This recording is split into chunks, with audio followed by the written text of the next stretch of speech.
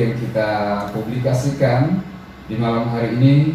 Ada narasumber dari Dinas Koperasi dan UKM ya Kabupaten Dompu, diwakili oleh Dr. Radus Juliansa MM. Assalamualaikum Haji. Waalaikumsalam warahmatullahi wabarakatuh. Aduh, sehat-sehat Haji? Alhamdulillah. Oh, syukur alhamdulillah di suasana malam hari ini. Berarti kita bisa melangsungkan acara besar. Ini merupakan acara yang didukung oleh Humas NTB dan KPID NTB. KPID NTB. Kemudian Humas dan Protokol Pemprov NTB, Pemerintah Provinsi NTB dan NTB Gemilang. Ini merupakan acara besar yang kita gelar di malam hari ini di Bincang Gemilang. Yang kedua, narasumber yang sangat bukan asing lagi bagi masyarakat Dompu ini. Beliau pelaku usaha. Pelaku usaha di Dompu. Mas Ari Puryono. Beliau pemilik owner dari Fambredo Cafe, Coffee dan Ami Cekes. Assalamualaikum Mas Ari. Waalaikumsalam. Gimana nih? Suasananya sehat-sehat selalu. Alhamdulillah. Syukur alhamdulillah.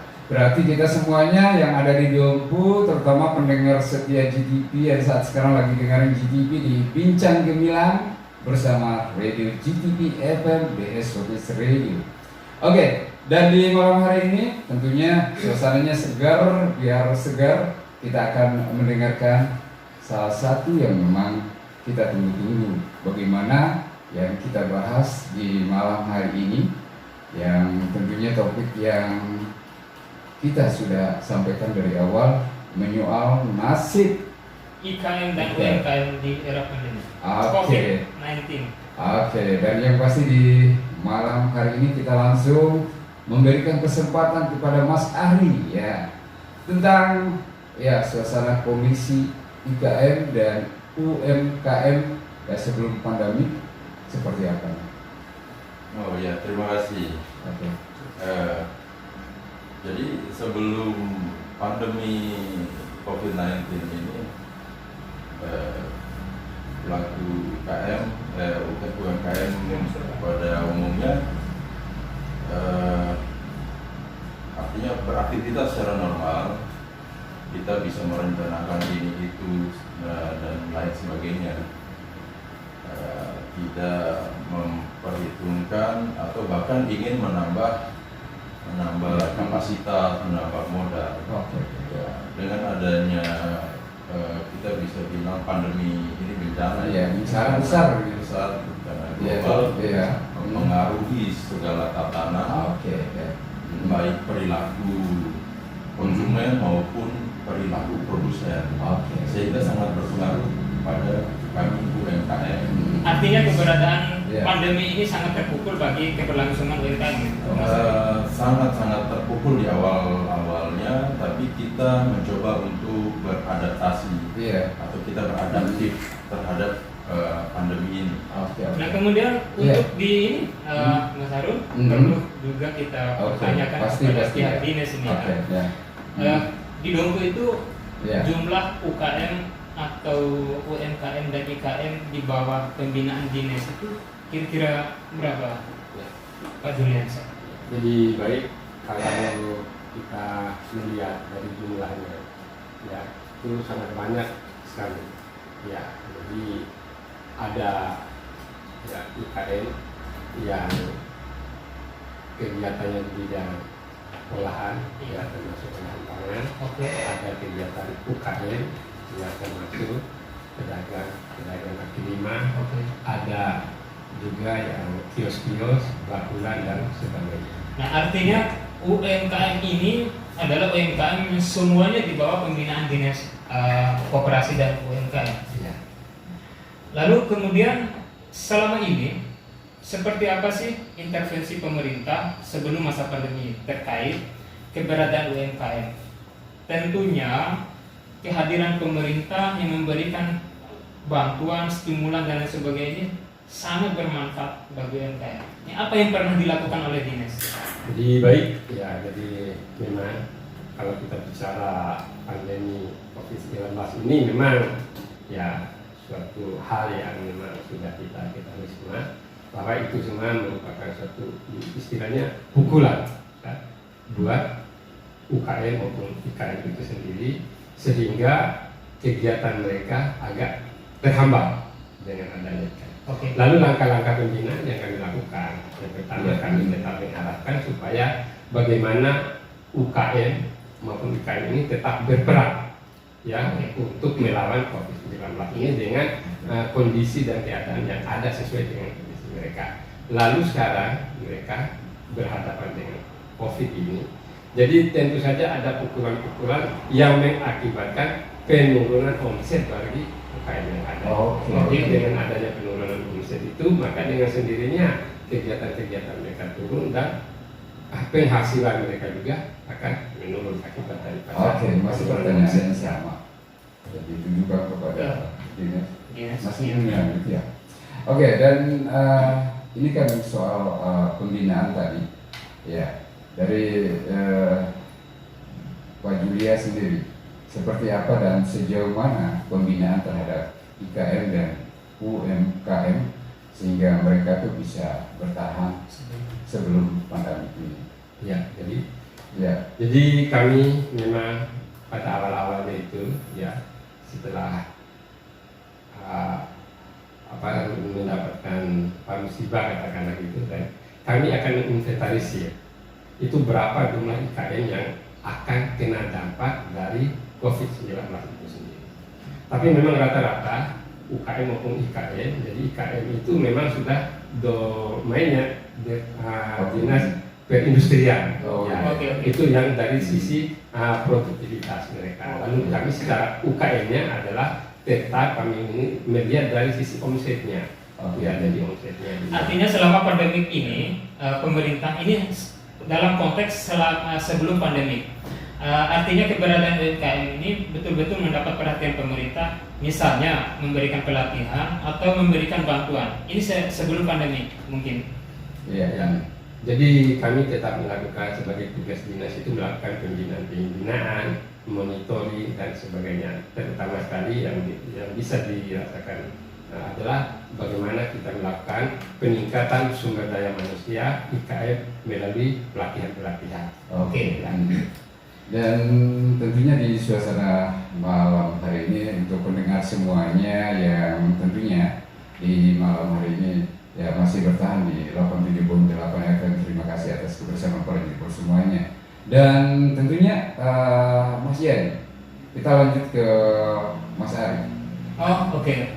Begini. Atau Mas Arun atau seperti apa ini? Kita balance saja gitu ya. Mas Ari, dalam menghadapi pukulan pandemi COVID-19 ini, jurus apa yang dipakai sehingga bisa bertahan dan berproduksi ya? Silakan. Jadi jurus yang kami pakai dan rata-rata bukan kami saja, saya melihat bahwa tren ini berkembang di semua UMKM yang ada di baik Kabupaten Dompu maupun di luar. Jadi rata-rata kami menahan untuk berproduksi secara lebih besar, kemudian tetap mencari pasar-pasar baru. Tadinya kita secara offline, kita sudah mulai aktif dengan Facebook, dengan WA, dengan Instagram. Tadinya tidak melek media sosial, mau tidak mau itu menjadi senjata utama kami UMKM. Itu jurus yang dipakai oleh Mas Ari ini. Artinya Mas Arun, bahwa ketika pandemi mulai melanda di kabupaten itu khusus, artinya permintaan dari konsumen itu menurun juga ya, sehingga dipakai jurus-jurus baru. Yang sebelumnya hanya secara mungkin tradisional dan sebagainya. Jadi kami hanya berproduksi hanya berproduksi sebatas permintaan yang kita perkirakan 50% bahkan 25% di awal-awal, kemudian mencari pasar dan permintaan yang kita layani by demand gitu. Jadi by order yang kita utamakan agar modal itu tetap lancar. Iya. Dan yang pasti ini adalah sesuatu yang menarik banget untuk para pendengar semuanya yang saat sekarang lagi dengerin GTP di Bincang Gemilang. GTP FM. Oke. Tapi sebelumnya harus iklan dulu. Oke, pastinya di suasana malam hari ini sebelum kita lanjut kita jeda dulu, kita akan dengarkan beberapa lagu dan iklan berikut ini. Selamat malam dan tetap di GTP 87.8 FM The Established Radio. Pandemi ini bukan saja menghantam masyarakat, bukan Yeah. saja tentu menghantam seluruh aspek kehidupan, seluruh sektor masyarakat. Oke, pasti ya. Hadirnya pandemi, Yeah. munculnya di tengah-tengah masyarakat ini tentu merubah tatanan yang ada di instansi pemerintah. Di dinas sendiri, bagaimana dia mempengaruhi kinerja serta program yang seharusnya akan dilaksanakan ini, Pak Julian? Ya, baik, terima kasih. Ya, jadi memang kalau kita melakukan program, berarti program tahun kita itu sudah terprogram. Dari dalam satu tahun ini. Namun karena dengan COVID, maka semua program-program itu ya hampir semua ya. Baik dari program anggaran untuk perjalanan pembinaan lapangan, program diklat maupun program-program yang lainnya itu sangat dan informasinya kan terhambat sangat, dan informasinya anggaran dinas itu kalau tidak salah dipotong 50% atau 70%, Pak Julian. Berapa? Jadi yang dipotong itu ya kemarin kita 35%. Ya. Berarti tidak, sisanya masih bisa dijalankan kan? Jadi sisanya kecuali yang tidak bisa dipotong dari anggaran kami itu, yang bisa dijalankan itu ada anggaran dari dana non fisik. Ya, itu yang diperuntukkan untuk diklat. Dan kemudian Mas Ari, dengan keterbatasan yang dihadapi oleh dinas, keterbatasan menjalankan program dan lain sebagainya, ini kiat dari UMKM sendiri ini. Karena memang pangsa pasar ini kan harus direbut. Belum lagi muncul UMKM yang lain yang menjadi persaingan yang sangat ketat. Di Doko itu sangat luar biasa akhir-akhir ini. Ini bagaimana ini, Mas Ari? Kita sebagai UMKM, di mana pemerintah dari terutama khususnya dinas koperasi, di mana pelatihan, pembinaan itu berkurang. Nah, tapi di sisi lain pemerintah juga mendukung dengan adanya pelatihan secara online. Secara virtual ya? Betul. Secara virtual, betul.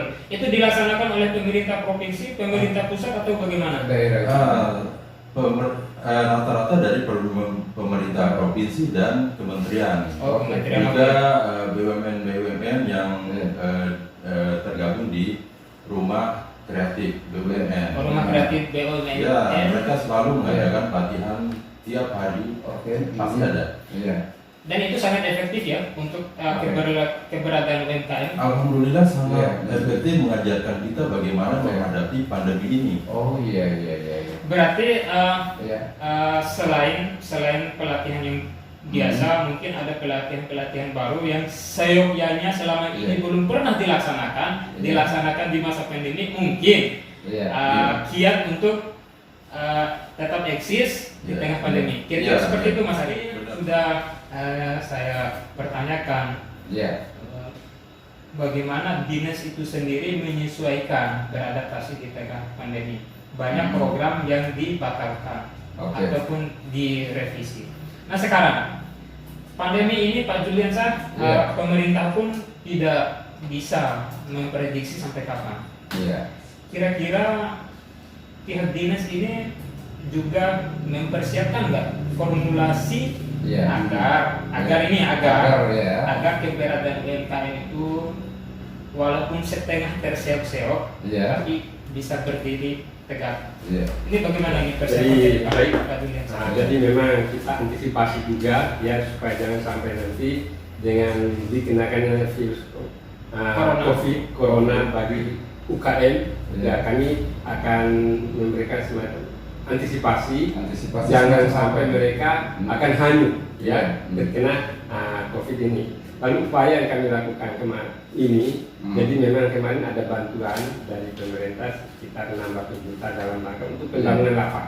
Jadi kami dari Dinas Koperasi akan mendapat dana itu Dari untuk pemerintah? pembangunan, Ya. dari pemerintah Luar biasa. yang dikirim nanti untuk pembangunan lapak. Oke. Nah, jadi ada 3 Lapak. tempat lapak yang akan kita rencanakan. Lapak maksudnya apa? Nah, lapak itu adalah untuk tempat penjualan. Oh, tempat penjualannya. Penjualan, Iya. UKM. Oh berarti luar biasa. Berarti Kiranya masalahnya juga bisa dapat kan? Ya. Masalahnya bisa dapat kan? Jadi untuk Mas Arifnya, Ya, kami bisa, sangat bisa. memberikan bantuan semacam yang disesuaikan dengan apa kegiatan mereka. Oh iya, mantap. Jadi terus yang Iya. kedua, kami juga tetap berkoordinasi dengan Oke. lembaga-lembaga keuangan dan Oke. maupun dari Kementerian Koperasi. Kami sudah inventarisir UKM-UKM itu yang terkena dampak COVID Corona akan diberikan bantuan sekitar 2,4 juta per UKM. ini luar biasa, Iya. luar biasa Mas Arun. Ini program sekarang atau Sekarang kami sekarang lagi menginput data, sudah Oke. kirimkan data, tinggal nanti di Oke, sejauh mana tuh data yang data diperoleh itu. oleh Ya, nanti kita akan sambil konfirmasi dengan BRI, ya? BRI ya, yang mungkin akan menyalurkan Ya. bantuan itu, karena nanti bantuan diberikan itu langsung masuk ke rekening bagi UKM yang ada. Iya, oke. Nah, jadi kami Mhm. sudah mendata sekitar 800 Oh, UKM. luar biasa. Ya. 800 UMKM. Ya, pelakunya. 800 pelaku UMKM. Oh, Jadi di situ UMKM. yang kami bina itu Iya, oke. ada usaha mikro, ya ada usaha kecil. Oke. Jadi yang sudah kena dampak itu kami akan inventarisir. Kira-kira bisa ini mendapatkan kita juga punya dampak dari pandemi ini gitu ya. Kalau di bagian media gimana nih? Khususnya di radio gitu ya. Karena dia bukan UMKM. Oh iya. Nah artinya begini Mas Arun, yang harus kita Iya. definisikan, menjelaskan ke publik bahwa walaupun di tengah pandemi, tapi pemerintah ini malah menggigit ini Oke. dengan diberikannya Gigitnya bantuan. kayak gimana? Gigitannya begini, Menggigit gitu. menggigit. Alias Jangan seri. jangan lihat wajah saya. Nah artinya kendati pun pandemi COVID-19 ini melanda Indonesia, Kabupaten Lumpur, tapi pemerintah ini tidak habis akal, tidak habis jurus Oke, untuk pastinya. terus membantu masyarakat. Contohnya memberi bantuan untuk pembangunan lapak. Iya. Artinya berdasarkan prediksi dari dinas, Iya. di masa pandemi ini pun jangan-jangan UMKM ini malah tumbuh subur ini. Ada yang UMKM yang baru nih yang tumbuh. Itu Iya. bagaimana? Nah, Pak jadi Julian? memang kita dalam pola pembinaan kita, Iya. yang pertama itu bagaimana menumbuhkan wirausaha baru. Iya. Jadi wirausaha jangan jadi mereka pemula, Iya. kita itu berikan motivasi, Iya. berikan pemahaman pada Iya. mereka untuk bagaimana menanamkan jiwa kewirausahaan bagi Iya. UMKM terutama UKM yang baru. Oke. Nah, Mas Ari, Iya. saya oper langsung nih Mas Oke. Arun. Iya, benar. Mas Ari, Iya. harus diakui bahwa keberadaan UMKM di Kabupaten Lumpur itu ya sudah mendapat Iya. sertifikat atau identitas lah dari pemerintah pusat, sudah Oke. ada nama lah di sana. Hmm. Nah, selama ini kegiatan UMKM yang dilaksanakan di Dompu kan ada pameran ini, kemudian Iya. ada pameran produk, kemudian dan lain sebagainya. Nah, tanggapan pemerintah pusat, penilaian pemerintah pusat terkait Iya. keberadaan UMKM di Iya. Kabupaten Dompu itu seperti apa? Karena ini menjadi catatan Mas Arun, Iya, catatan benar, pemerintah benar. dalam rangka menyalurkan bantuan itu. Oke, silakan Pak. Oke, terima kasih. Ya. Pemerintah sangat berperan aktif ya, saya rasa untuk UMKM ini. Ya. Termasuk kami juga terkena dampaknya langsung. Iya. Artinya kita mendapat Ya. kesempatan bantuan dari JPS Gemilang itu sangat-sangat membantu sekali. Oke. Di masa pandemi seperti ini di mana modal stagnan, Iya. penjualan stagnan. Nah, dengan adanya bantuan pembelian produk langsung, produk Oke. lokal asli, produk dari kami di sini, Iya. itu sangat membantu modal kami untuk tetap bertahan. Oke. Produk lokal yang dijualkan itu apa? Kalau kami adalah kopi, terutama kopi. Jadi kopi dari beberapa IKM, teman-teman lainnya juga Oke. produknya itu digunakan dalam satu paket pembagian JPS Gemilang. Jadi kami mengharap juga, kami kemarin waktu saya dari sekretaris Mendak itu membelikan ya bahan itu kepada seluruh staf kami, ya supaya kami juga untuk bisa mengusulkan kepada dinas-dinas lain atau PT lain, ya kami mencoba untuk memakai penggunaan PA yang pertama itu untuk keseragaman kami di dinas. Waktu kemarin dinas Perindak, itu sudah dilaksanakan. Sudah dilaksanakan di Perindak.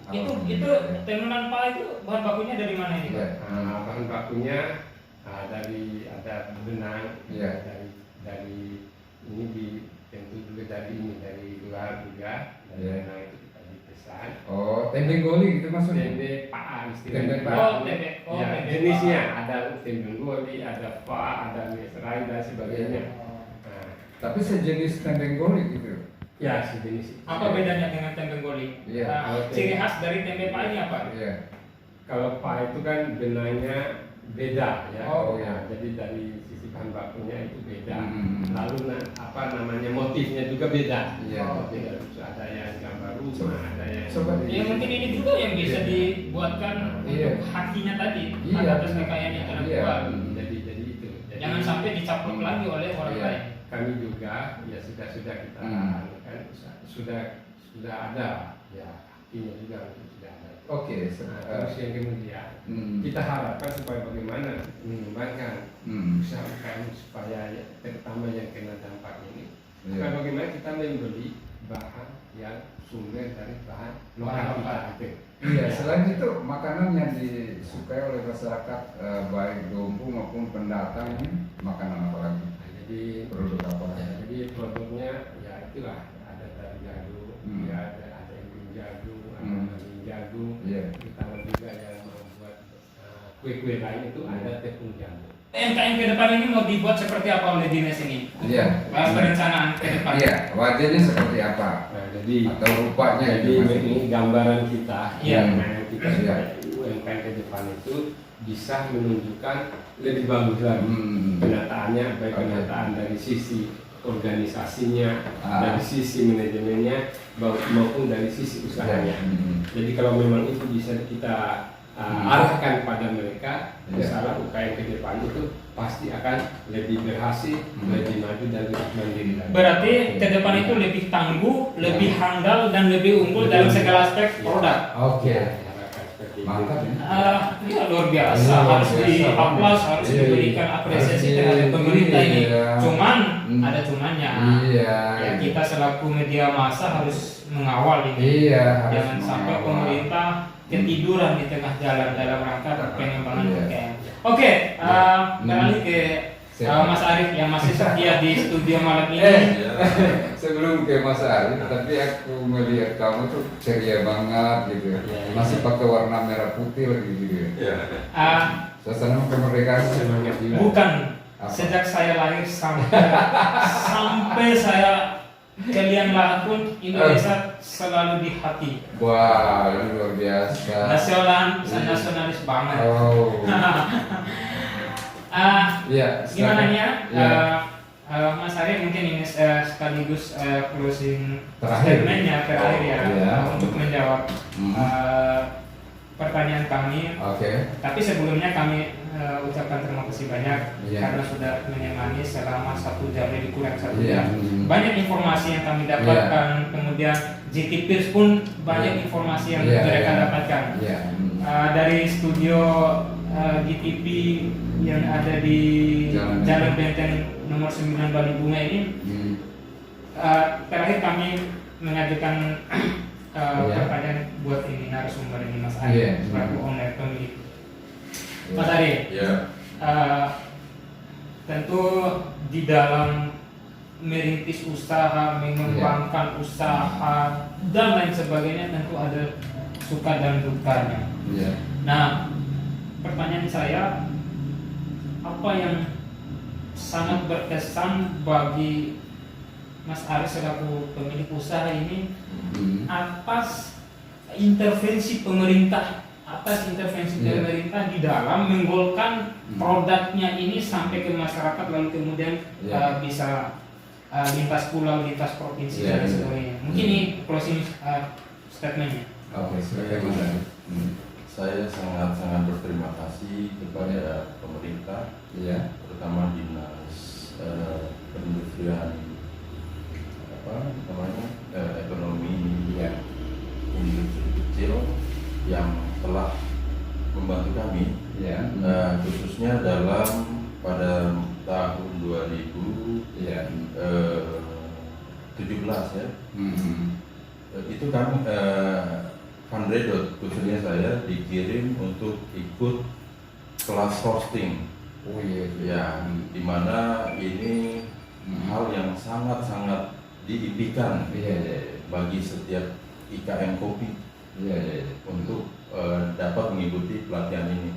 Iya. Karena kalau kita lihat sendiri untuk mengikuti pelatihan ini membutuhkan biaya yang besar sekali. Oke, dan kemudian pada saat itu selama 3 hari kami mengikuti kelas hosting itu. Iya. Instrukturnya sendiri merupakan instruktur internasional, Iya. yaitu Dr. Manuel Diaz PhD. Oke. Beliau adalah salah satu master roaster yang paling dicari oleh pengusaha-pengusaha kopi, bahkan pada saat itu diikuti dari Malaysia dan dari Thailand. Kemudian dari barista nomor 1 Indonesia pun ikut pada saat itu. Jadi itu merupakan kebanggaan dan hal yang sangat-sangat membantu kami untuk berproduksi, sehingga produk kami sangat-sangat bermutu. Iya. Salah satu kuncinya di situ, sehingga kita sudah memegang sertifikat roaster itu sendiri. Oke. Mungkin ada tambahan ini. Iya. Walaupun saya bukan pelaku UMKM, Iya. tapi pelaku usaha juga, Iya. usaha media. Iya. Tapi tidak ada bedanya Iya. gaya-gaya dalam rangka mempertahankan diri. Iya. Harus tekun Mas Ari Iya. ya. Harus tekun, harus berpikir rasional, berpikir harus ada berpikir yang inilah, ada perubahan-perubahan yang signifikan ke depan, karena memang persaingan yang sangat ketat itu ya. Betul. Dimana iklim sekarang ini kan menuntut kita lebih kreatif. Jadi semua sistem harus kita gunakan, baik sistem pemasarannya, terus SDM-nya juga harus kita tingkatkan, sehingga nanti ke depan NTB ini maju dan Indonesia akan unggul. Oke. Dan terakhir ini, Iya. mungkin ini daya dorong buat Dinas Koperasi dan UMKM. Dan yang lebih terpenting adalah kesinambungan produktivitas UMKM ini harus didukung oleh permesinan, peralatan mesin peralatan mesin yang sangat-sangat memadai, sehingga bisa mengefisiensi biaya, dan bisa meningkatkan kualitas. Bukan begitu Mas Ari? Benar sekali. Iya. Jadi dalam berproduksi kami memakai, alhamdulillah juga ada yang kami pilih sendiri, ada juga yang dari bantuan pemerintah. Makanya dari awal pemerintah sangat-sangat support terhadap Fundredot. Di mana untuk memproduksi itu kita sudah memakai mesin roaster yang memadai lah standar mesin roaster, sehingga mutu yang kami hasilkan pun terstandar ya. Luar biasa. Ini bagaimana nih Mas Harun? Ini waktu saya akan memaksa kita ini. Tapi sebelumnya sebelum dioper ke Mas Harun, mungkin ada hal yang perlu saya sampaikan. Memang perlu itu. Sangat perlu. Sangat perlu. Artinya saya akan meringkas apa yang disampaikan oleh para narasumber. Itu yang pertama, dari hasil bincang-bincang kita barusan, bahwa UMKM di Kabupaten khususnya ternyata tidak mati suri, apalagi mati benaran. Padahal di saat pandemi gitu. Ini padahal di saat pandemi. Oke. Negara pun saat ini boleh dikatakan sudah mau rontok perekonomiannya. Iya. Karena memang daya dorong COVID-19 itu sangat luar biasa membuat pemerintah kelabakan. Namun keberadaan UMKM di Kabupaten Dompu itu saat ini alhamdulillah masih eksis dari pemaparan tadi. Itu yang pertama. Yang kedua, pemerintah tidak tinggal diam nih. Selalu melihat celah, selalu melihat peluang. Artinya intervensi pemerintah, perhatian pemerintah itu sangat-sangat luar biasa. Pemerintah tidak lepas tangan, Mas. Pemerintah tidak lepas tangan. Dan yang terakhir yang perlu dan wajib saya sampaikan adalah masyarakat Kabupaten Dompu, khususnya yang ingin menjadi pelaku usaha, baik usaha mikro, kecil dan menengah, betul-betul harus mempersiapkan sumber daya dalam konteks permodalan. Mungkin bisa bantuan dari pemerintah, tapi sumber daya di sini adalah yang paling besar adalah eksistensi kemauan terbesar untuk menjadi pelaku usaha. Kalau tidak begitu percuma. Percuma, Mas Aron. Mungkin itu yang dapat saya sampaikan. Ya, mudah-mudahan sahabat Radio GTP dimanapun berada, GTPers malam ini yang telah menemani Anda melalui Bincang Gemilang, mudah-mudahan informasi bincang-bincang malam ini sangat bermanfaat dan bisa dipetik dan bisa dipetik ilmunya Mas Aron. Mungkin itu yang bisa saya sampaikan, Mas Aron. Oper kembali nih, meja studionya harus saya oper ini. Kembali bersama saya di sini ya, jadi semuanya yang saat sekarang masih bertahan di Bincang Gemilang GTP Radio malam hari ini tentunya. Dari tadi selama 1 jam lebih ya, kita sudah menemani para semuanya di acara yang spesial yang disponsori oleh KPID Nusa Tenggara Barat, Pemerintah Provinsi Nusa Tenggara Barat, Humas dan Protokol Nusa Tenggara Barat, dan terakhir NTB Gemilang. Oke, mantap ini ya. Dan ini adalah sesuatu yang memang diperuntukkan untuk masyarakat itu, di mana peluang ini ya mudah-mudahan itu bermanfaat untuk kita semuanya. Karena di acara ini kita akan hadirkan narasumber yang berpotensi, yang mempunyai pengalaman yang luar biasa banget dan punya usaha yang bisa kita pelajari, terutama sekali dari pihak dinas gitu ya. Dinas ini adalah pendorong buat masyarakat Dompu. Oke, dan terima kasih untuk semuanya. Aji ya, alhamdulillah Aji masih bertahan dan telah hadir di studio. Kami ucapkan terima kasih juga. Mas Ari, ya terima kasih atas kehadirannya di studio. Kemudian teman-teman yang lain juga terima kasih untuk semuanya. Terutama sekali teman-teman saya yang ada di KPID Nusa Tenggara Barat yang mensupport acara ini yang cukup luar biasa banget. Terima kasih untuk semuanya. Oke, JTPers dan Yani, ya kita harus undur diri dorong pendengar para JTPers semuanya. Sampai jumpa di lain kesempatan. Wassalamualaikum warahmatullahi wabarakatuh. Oke, mantap.